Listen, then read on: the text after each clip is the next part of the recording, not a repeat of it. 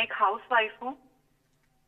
میرے husband private job کرتے ہیں. میں مہنگائی کے بارے میں بات کرنا چاہتی ہوں کہ مہنگائی جو ہے وہ دن بدن بڑھتی جا رہی ہے اور گزارا مشکل ہو رہا ہے. ہم بچوں کے اسکول کی فیس دیں یا گھر کا خرچہ چلائیں. اور اب تو اگر آپ دیکھیں تو ڈالر کی جو پرائس ہے وہ بھی کم ہو گئی ہے اور جو روپے کی ویلیو ہے وہ بھی مستحکم ہو گئی ہے. اور دوسری بات یہ کہ اب تو رمضان المبارک بھی آ رہا ہے, لیکن جو ہے بیسک کوموڈیٹیز کی پرائس بالکل کم نہیں ہو رہی ہے. تو خدا را آپ اپنا وعدہ پورا کریں اور مہنگائی کو کنٹرول کریں. اگر آپ یہ نہیں ہو سکتا تو پھر آپ جو ڈے فرسٹ سے کہہ رہے ہیں کہ آپ کو گھبرانا نہیں ہے, تو پھر آپ ہمیں گھبرانے کی اجازت دے دیں.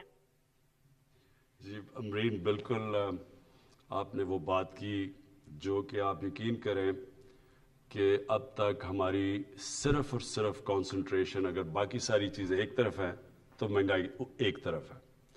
اور مہنگائی کے اندر آپ نے تھوڑا سا سمجھنا ہے, کیونکہ مہنگائی تو کئی چیزوں کی ہے نا. کئی چیزوں کی مہنگائی ایسی ہے جو کہ ہم ایڈمنسٹریشن کی وجہ سے ٹھیک کر سکتے ہیں. مثلا یعنی اگر ایک دکان میں ایک قیمت آ رہی ہے اور دوسری دکان اور کوئی قیمت دے رہی ہے اور چیز تو وہی ہے, تو یہاں تو ایڈمنسٹریٹو سٹیپس لے سکتے ہیں اور ہم پورا اس کے اوپر بھی زور لگا رہے ہیں.